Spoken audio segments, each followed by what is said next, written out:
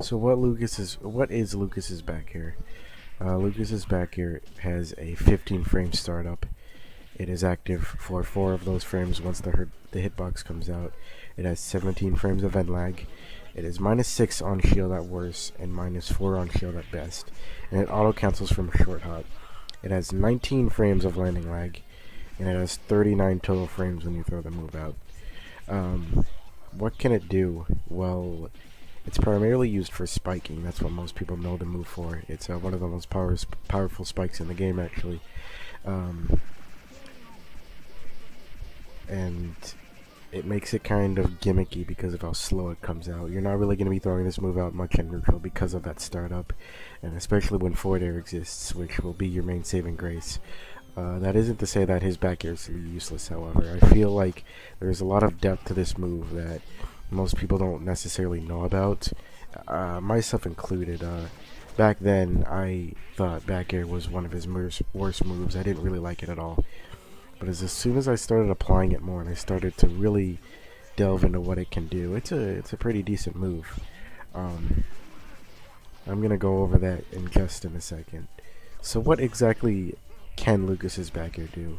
Like I said earlier, it spikes, one of the most powerful meteors in the game. But if you know Smash Ultimate, you know the very basics. You know that grounded spikes cannot be teched. So what that does is it opens up a plethora of new combo routes and just free damage essentially that Lucas can get off of a back air spike. Is it good as, say, down air spike? Maybe not for combos. Can it be used?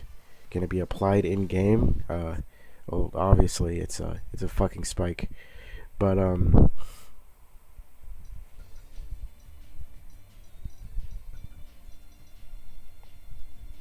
a lot of ways you can apply the spike is through just really whatever the situation calls for. It's a pretty good spike, but at higher percents it actually worsens. At lower percents it sends the enemy in a ton of hit stun, to which you can follow up with a lot of things. There needs to be more testing on this, but from what I've seen, a sweet spot forward tilt is really good bread and butter for grounded spike at low percents.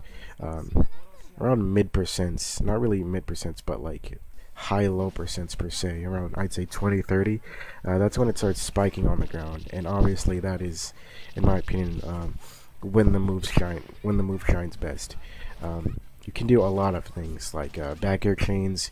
You can throw in an air, you can throw in really anything, and I feel like you can even chain it into itself, especially if your opponent doesn't tech. I've had an incident a couple times where I land a back air and it just converts into numerous other strong hit back airs.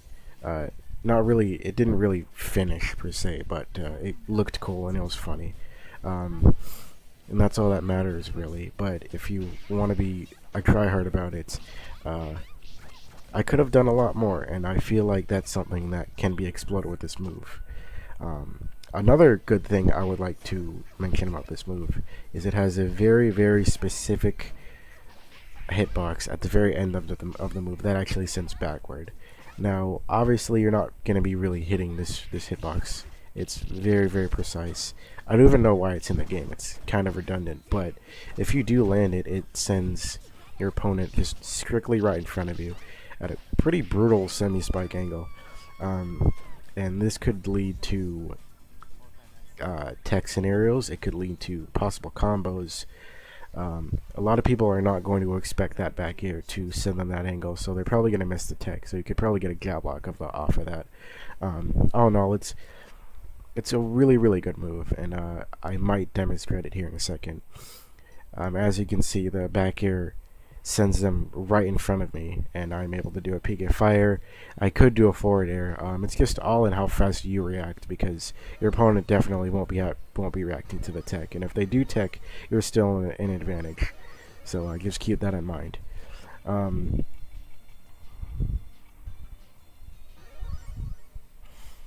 Another decent move another decent use for this move actually is spacing. Of course, it's 15 frames. You won't really be throwing this move out much in neutral, especially if you get the weak hits. That's really negative. And if people react fast enough, they can actually hit you out of it, especially if you're doing air-to-air combat.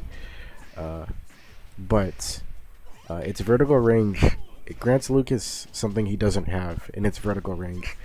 He has a dead spot diagonally of him, which this back air actually is able to cover if you're close enough.